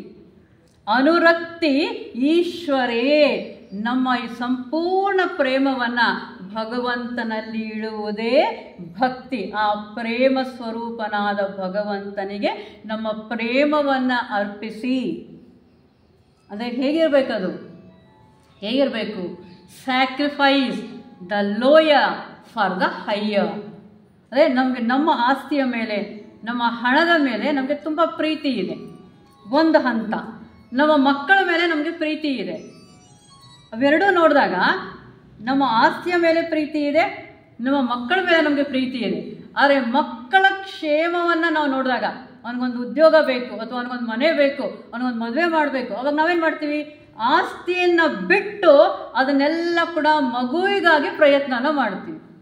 ಹೌದು ತಾನೆ? ಹಾಗೇನೆ ನಾವು ಯೋಚನೆ ಮಾಡಿದಾಗ ಏನೆಲ್ಲ ಈ ಅಟ್ಯಾಚ್ಮೆಂಟ್, ವರ್ಲ್ಡ್ಲಿ ಅಟ್ಯಾಚ್ಮೆಂಟ್, ವಿಷಯ ಸಂಬಂಧ, ಪ್ರಾಪಂಚಿಕ ಸಂಬಂಧವಾಗಿರುವಂಥ ಅಟ್ಯಾಚ್ಮೆಂಟ್ ಏನಿದೆ ಅದನ್ನೆಲ್ಲ ಸಂಪೂರ್ಣವಾಗಿ ಬಿಟ್ಟು ಅದನ್ನೆಲ್ಲ ತಗೊಂಡು ಹೋಗಿ ಪರಮಾತ್ಮನ ಪಾದದಡಿಯಲ್ಲಿ ಇಡೋಂಥದ್ದೇ ಶರಣಾಗತಿ. ಅದಕ್ಕೇನೆ ಸ್ಯಾಕ್ರಿಫೈಸ್ ದ ಲೋಯ. ಇವೆಲ್ಲ ವಿಷಯಗಳಿಗೆ ಸಂಬಂಧಪಟ್ಟ ಹಾಗೆ, ಪ್ರಾಪಂಚಿಕತೆಗೆ ಸಂಬಂಧಪಟ್ಟ ಹಾಗೆ ಇದನ್ನೆಲ್ಲ ನಾವು ತ್ಯಾಗ ಮಾಡಿದಾಗ ಎಲ್ಲವನ್ನ ತಗೊಂಡು ಹೋಗಿ ಒಟ್ಟಿಗೆ ಭಗವಂತನಲ್ಲಿ ಇಡೋದನ್ನೇ ನಾವು ಶರಣಾಗತಿ ಅಂತ ಹೇಳೋದು. ಮಧ್ಯಾಜಿ ಮಾಂ ನಮಸ್ಕುರು. ಏನೇನು ಕೆಲಸ ಮಾಡ್ತೀಯ, ದಾಸರು ಹೇಳಿದಾಗೆ ಏನೇ ಕೆಲಸ ಮಾಡು, ಕೃಷ್ಣ ಏನಬಾರದೆ, ಕೂತ್ಕೊಂಡ್ರೆ ಎದ್ರೆ ಕೆಲಸ ಮಾಡಿದ್ರೆ ಅಲ್ವಾ, ಮನೆಯಲ್ಲಿ ಅಡುಗೆ ಕೆಲಸ ಮಾಡ್ತಾ ಇರ್ಬೋದು, ಆಫೀಸಲ್ಲಿ ಕೆಲಸ ಮಾಡ್ತಾ ಇರ್ಬೋದು, ಅದರಲ್ಲಿ ಪ್ರೇಮ, ಭಕ್ತಿ, ಶರಣಾಗತಿ. ಒಂದು ಚಪಾತಿ ಹಿಟ್ಟನ್ನು ಕಲಿಸ್ತಾ ಇದೆಯಲ್ಲ, ಬರೀ ಹಿಟ್ಟು ನೀರು ಹಾಕಿ ಕಲಿಸೋದಲ್ಲ, ಅದರಲ್ಲಿ ಪ್ರೇಮವನ್ನು ಹಾಕಿ ಕಲಿಸು. ಮನೆ ಮಂದಿಗೆಲ್ಲ ಕೂಡ ಆ ಪ್ರೇಮವನ್ನು ಹಂಚು. Expansion is life. ಅದು ಮನೆಗೆ ವಸುದೈಕ ಕುಟುಂಬಕಂ. ಅದು ಹರಡುತ್ತೆ ಹರಡುತ್ತೆ ಹರಡುತ್ತೆ. ಇಡೀ ಪ್ರಪಂಚ ನಿನ್ನ ಕುಟುಂಬ, ಇಡೀ ವಿಶ್ವ ಜನತೆ ಸೋದರ ಸೋದರಿಯರು. ಅಲ್ಲಿ ಬೇರೆ ಅನ್ನೋದಕ್ಕೆ ಸಾಧ್ಯನೇ ಇಲ್ಲ. ಹಾಗಾಗಿ ನಮಸ್ಕರು, ನಮಸ್ಕಾರ ಮಾಡು. ನಮನ ಅನ್ನುವಂಥದ್ದು ನಮ್ಮ ಅಹಂಕಾರದ ದಮನ. ನಾವೆಲ್ಲೆಲ್ಲಿ ತಲೆ ಬಾಗ್ತೀವಿ ಅಲ್ಲಿ ಅಹಂಕಾರಕ್ಕೆ ಸ್ಥಾನ ಇಲ್ಲ. ಅದಕ್ಕೇ ತೆಂಗಿನಕಾಯನ್ನು ಹೊಡಿತೀವಿ. ಅಂದರೆ ಏನು, ನಮ್ಮ ಅಹಂಕಾರ ಎರಡು ಭಾಗಗಳಾಗಲಿ, ಪೀಸ್ ಆಗಲಿ, ಭಗವಂತನ ಮುಂದೆ ಅಹಂಕಾರಕ್ಕೆ ಸ್ಥಾನ ಇಲ್ಲ. ಈ ಹಂತವನ್ನು ಅಂದರೆ ಎಲ್ಲವೂ ಪರಮಾತ್ಮನೇ ಅನ್ನುವಂಥ ಹಂತವನ್ನು ನಾವು ಸೇರಿದಾಗ ಸರ್ವಧರ್ಮಾನ್ ಪರಿತ್ಯಜ್ಯ ಅಂದರೆ ಏನು? ಈಗ ಏನು ಆಧ್ಯಾತ್ಮಿಕವಾದ ಆಳವಾದ ವಿಚಾರಗಳಿದೆಯೋ ಅದನ್ನು ಸರಳವಾಗಿ ಅರ್ಥ ಮಾಡಿಸ್ಕೊಳ್ಳೋದಕ್ಕೆ ಇರುವಂಥದ್ದು ಪುರಾಣಗಳು. ಸರ್ವಧರ್ಮಾನ್ ಪರಿತ್ಯಜ್ಯ ಅಂದಾಗ ನಮಗೆ ಲಕ್ಷ್ಮಣ ಸ್ವಾಮಿ ನೆನಪಾಗ್ಬೋದು. ಏನು ಪಟ್ಟಾಭಿಷೇಕ ಅಂತ ಅಂದ್ಕೊಂಡ್ರು. ಪಟ್ಟಾಭಿಷೇಕ ಅಲ್ಲ, ಅರಣ್ಯಕ್ಕೆ ಹೋಗೋದು ಅಂತ ಅಂದ್ಕೊಂಡ್ರು. ಯಾರು ಹೋಗಬೇಕು ಅರಣ್ಯಕ್ಕೆ? ಶ್ರೀರಾಮಚಂದ್ರ ಮಾತ್ರನೇ ಹೋಗಬೇಕು. ಗೊತ್ತಿಲ್ದಿರಾನೆ ಲಕ್ಷ್ಮಣನು ರೆಡಿ ಆಗಿಬಿಟ್ಟ. ಶ್ರೀರಾಮಚಂದ್ರ ಹೇಳ್ದ, ಯಾಕೆ ಲಕ್ಷ್ಮಣ, ತಾಯಿ ತುಂಬ ದುಃಖದಲ್ಲಿದ್ದಾರೆ, ತಂದೆ ಇನ್ನೇನು ಇರ್ತಾರೋ ಇಲ್ವೋ, ಮಗನಾಗಿ ನಿನಗೆ ಕರ್ತವ್ಯ ಇದೆ, ಮಗನ ಧರ್ಮ ನಿನಗಿದೆ. ಊರ್ಮಿಳೆ ನಿನಗಾಗಿ ಕಾಯ್ತಾ ಇದ್ದಾಳೆ. ಊರ್ಮಿಳೆಗೆ ನೀನು ಪತಿಯಾಗಿ ನಿನ್ನ ಧರ್ಮವನ್ನು ಮಾಡಬೇಕಾಗಿದೆ. ಭರತ, ಶತ್ರುಘ್ನ ಅವ್ರಿಗೆ ಗೊತ್ತಿಲ್ಲ ವಿಚಾರ, ಅವರು ದುಃಖ ಪಡ್ತಾರೆ. ನಾನು ಅರಣ್ಯಕ್ಕೆ ಹೋಗಿರೋವಂಥ ವಿಚಾರನ ಹೇಳಿದ್ರೆ, ನೀನು ಒಬ್ಬ ತಮ್ಮನಾಗಿ, ಸೋದರನಾಗಿ ನಿನಗೇನಿನ್ನೊಂದು ಧರ್ಮ ಇದೆ, ಅದನ್ನೆಲ್ಲ ನೀನು ಆಚರಣೆಗೆ ತಗೊಂಬರ್ಬೇಕು. ಅಣ್ಣ, ನನಗೆ ಯಾವ ಧರ್ಮನೂ ಬೇಡ, ನನಗೆ ಬೇಕಿರೋದು ನಿನ್ನ ಶರಣ. ನೀನು ಎಲ್ಲಿದೆಯೋ ಅಲ್ಲಿರೋದೇ ನನ್ನ ಧರ್ಮ. ಸರ್ವಧರ್ಮಾನ್ ಪರಿತ್ಯಜ್ಯ ಅಷ್ಟೇ. ಆ ಹಂತಕ್ಕೆ ನಾವು ರೀಚ್ ಆದಾಗ, ಅಂದರೆ ಪ್ರಾಮಾಣಿಕತೆ ಎಲ್ಲನೂ ಮಾಡ್ತಾ ಇರೋವಂಥದ್ದೇ ಶರಣಾಗತಿ ಅಂದರೆ ಅಲ್ಲ. ಯಾವ ಕೆಲಸವನ್ನೇ ನೀನು ಮಾಡ್ತಾ ಇದ್ರು ನಿನ್ನ ಹಿಂಬದಿಯಲ್ಲಿ ಪರಮಾತ್ಮನೇ ನೆಲೆ ನಿಂತಾಗ ಅದೇ ಶರಣಾಗತಿ. ಇನ್ನೊಂದು ಅಂತ ನಾವು ಹೇಳಬೇಕಾಗಿಲ್ಲ. ಇನ್ನೊಂದು ಅರ್ಥದಲ್ಲಿ ಅನಾಸಕ್ತಿ ಯೋಗ. ಎಲ್ಲ ಕೆಲಸಗಳನ್ನೂ ನೀನು ಮಾಡ್ತಾ ಇದ್ರು, ಯಾವ ಕೆಲಸದಲ್ಲೂ ನಿನಗೆ ಸಂಘವಿಲ್ಲದೆ ಇದ್ದಾಗ ಅದು ನೀನು ಮಾಡ್ತಾ ಇದ್ರು ಮಾಡದೇ ಇರುವಂತೆ.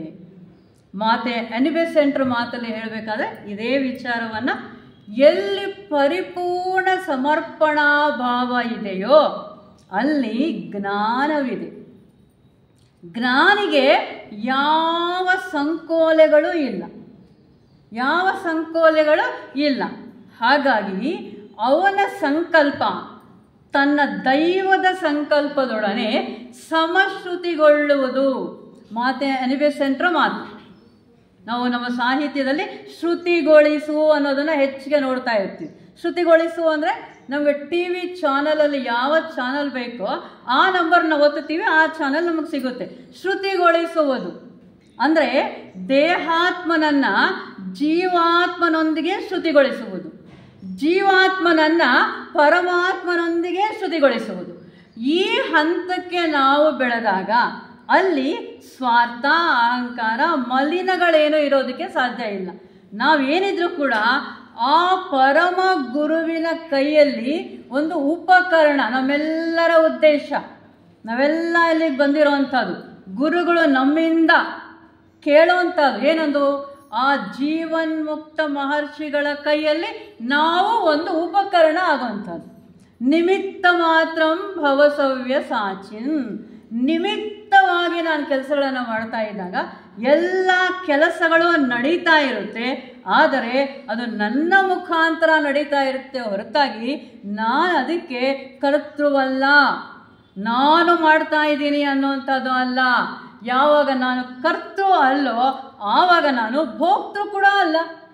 ನಾನು ಮಾಡಿದ್ರೆ ಅಲ್ವಾ ಪಾಪ ಆಗಲಿ ಪುಣ್ಯ ಆಗಲಿ ನನಗೆ ವಾಪಸ್ ಬರಬೇಕಾಗಿದ್ರೆ, ನಾನು ಯಾವಾಗ ನಾನು ಮಾಡ್ತಾ ಇದ್ದೀನಿ ಅನ್ನೋವಂಥ ಭಾವವನ್ನು ತ್ಯಾಗ ಮಾಡ್ತೀನೋ, ಸರ್ವಧರ್ಮಾನ್ ಪರಿತ್ಯಜ್ಯ, ತ್ಯಾಗ, ಬಿಡುಗಡೆ, ಇವೆಲ್ಲ ಬೇರೆ ಬೇರೆ ಪದಗಳಲ್ಲಿ ಇಡೀ ಭಗವದ್ಗೀತೆಯಲ್ಲಿ ನಾವು ಕಾಣ್ತೀವಿ. ಅದೇ ನನ್ನ ಕರ್ತೃತ್ವ ಭಾವವನ್ನು ನಾನು ಯಾವಾಗ ಬಿಡ್ತೀನೋ ಆಗ ಭೋಕ್ತೃತ್ವ ಕೂಡ ನನ್ನಲ್ಲಿ ಇರೋದಕ್ಕೆ ಸಾಧ್ಯ ಇಲ್ಲ. ಯಾವಾಗ ನಾನು ಕರ್ತೃತ್ವ ಭಾವವನ್ನು ಬಿಡೋದಕ್ಕೆ ಸಾಧ್ಯ ಅಂದರೆ ಯಾವಾಗ ನಾನು ಅಹಂಕಾರವನ್ನು ಬಿಡ್ತೀನೋ ಆವಾಗ ಮಾತ್ರನೇ ಕರ್ತೃತ್ವ ಭಾವವನ್ನು ಬಿಡೋದಕ್ಕೆ ಸಾಧ್ಯ. ಅಹಂಕಾರ ಇರೋವರೆಗೂ ನನ್ನಿಂದ ಕರ್ತೃತ್ವ ಭಾವ ಹೋಗೋದಕ್ಕೆ ಸಾಧ್ಯ ಇಲ್ಲ.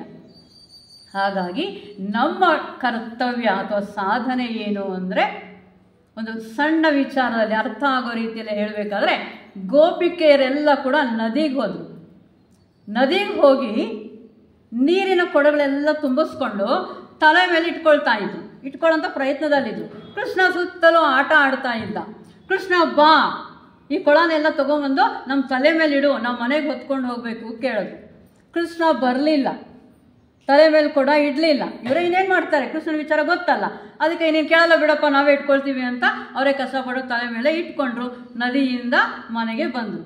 ಇನ್ನೇನು ತಲೆ ಮೇಲಿರುವಂಥ ನೀರಿನ ಕೊಡ ಇಳಿಸ್ಬೇಕು, ಪ್ರತಿಯೊಬ್ಬರ ಹತ್ರನೂ ಕೃಷ್ಣ ಬಂದ. ನಾನು ಇಳಿಸ್ತೀನಿ. ಸಾಕು ಕೃಷ್ಣ, ನಾವು ಆಗಲೇ ಕರೆದ್ವಿ ಕೊಳವನ್ನು ತಗೊಂಡು ತಲೆ ಮೇಲಿಡು ಅಂತ.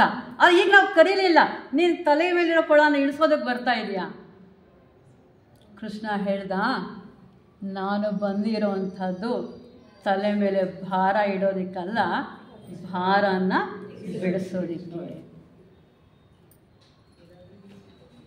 ನೀನೇ ಕೃಷ್ಣ ಅಂದಾಗ ನಾನು ಇಲ್ಲ ಅನ್ನೋಂಥ ತಲೆಯ ಮೇಲೆ ಭಾರ ಇಲ್ಲದೆ ಇದ್ದಾಗ ನಮ್ಮ ಭಾರವನ್ನು ಇಳಿಸುವಂಥ ಜವಾಬ್ದಾರಿ ಯಾರದ್ದು? ಆ ಕೃಷ್ಣ ಪರಮಾತ್ಮನದು. ಅದು ನಮ್ಮ ಜವಾಬ್ದಾರಿ ಅಲ್ಲ, ನಮ್ಮ ಕರ್ತವ್ಯ ಒಂದೇ. ಏನದು ಅಂದರೆ ಶರಣಾಗತಿ. ನಮ್ಮೆಲ್ಲ ಆಸೆಗಳು, ಆಕಾಂಕ್ಷೆಗಳು, ಮೋಹ, ಅಟ್ಯಾಚ್ಮೆಂಟು, ಇನ್ನೊಂದು ಮತ್ತೊಂದು ಏನೇನೆಲ್ಲ ಇದೆಯೋ ಅವನ್ನೆಲ್ಲ ನಾವು ಬಿಡ್ತಾ ಬಂದರೆ, ಗೀತೆಯಲ್ಲಿ 2 ಪದ ಬರುತ್ತೆ. ಒಂದು ದುಃಖಜ, ದುಃಖ ಅಂತ. ದುಃಖಜ ಅಂದರೆ ದುಃಖವನ್ನು ಹುಟ್ಟಿಸೋವಂಥದ್ದು. ದುಃಖ ಅಂದರೆ ದುಃಖದ ಶಮನ, ದುಃಖವನ್ನು ಬಿಡಿಸೋವಂಥದ್ದು. ನಾವು ದುಃಖಜ ಅಲ್ಲ ಮಾಡಬೇಕಾಗಿರುವಂಥದ್ದು ದುಃಖ.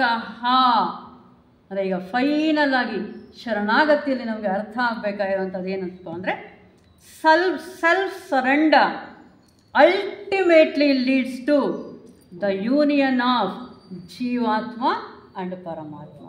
The self surrender ultimately leads to the union. Yoga ಅಂದರೆ ತಾನೆ ಯೂನಿಯನ್ ಆಫ್ ಜೀವಾತ್ಮ ಆ್ಯಂಡ್ ಪರಮಾತ್ಮ. ಇಡೀ ಭಗವದ್ಗೀತೆ ಸಾಗುವಂಥದ್ದು ವಿಷಾದದಿಂದ, ದುಃಖದಿಂದ, ದುಃಖವೇ ಒಂದು ಯೋಗವಾಗಿ ಸಾಗುವಂಥ ಗೀತೆ. ಮೋಕ್ಷ ಸನ್ಯಾಸದಲ್ಲಿ, ಶರಣಾಗತಿಯಲ್ಲಿ ನೀನೇನು ಯೋಚನೆ ಮಾಡಬೇಡ. ನಿನ್ನ ತಲೆಯಲ್ಲಿರುವಂಥ ಭಾರವನ್ನು, ಗೋಪಿಕೆಗಳ ಆ ತಲೆಯ ಮೇಲಿನ ಭಾರವನ್ನು ಯಾವ ಥರ ಇಳಿಸ್ತಾ ಇದ್ದಾನೋ ಆ ರೀತಿ ನಿನ್ನ ಭಾರವನ್ನು ಇಳಿಸೋದಕ್ಕೆ ನಾನು ಬಂದಿದ್ದೀನಿ. ನೀನು ಮಾಡಬೇಕಾಗಿರೋದೆಲ್ಲ ಕೂಡ ಶರಣಾಗತಿ. ಹಾಗಾಗಿ ಈ ಗೀತೆಯ ಚರಮ ಶ್ಲೋಕದ ಚರಮ ಸಂದೇಶ ಏನಪ್ಪ ಅಂದರೆ ದುಃಖಗಳ ನಿವೃತ್ತಿ, ಮೋಕ್ಷ ರೀತಿಯ ಪರಮಾನಂದ ಪ್ರಾಪ್ತಿ. ಪರಮಾನಂದ, ಆನಂದ, ಅದು ಸಂತೋಷ ಅಲ್ಲ, ಸಂತೋಷಕ್ಕೂ ಆನಂದ ಅಂದರೆ ಬ್ಲಿಸ್ ಅಂತ ಕರಿತೀವಿ. ಆ ಆನಂದದಲ್ಲಿ ದುಃಖದ ನೆರಳು ಇರೋದಿಲ್ಲ, ಬರೀ ಶ್ರೇಷ್ಠವಾದ ಪರಿಪೂರ್ಣವಾದ ಪರಮಾತ್ಮನ ಆನಂದ. ಈ ವ್ಯಕ್ತಿ ಪ್ರಜ್ಞೆ ಆ ವಿಶ್ವ ಪ್ರಜ್ಞೆಯಲ್ಲಿ ಒಂದಾಗುತ್ತೆ.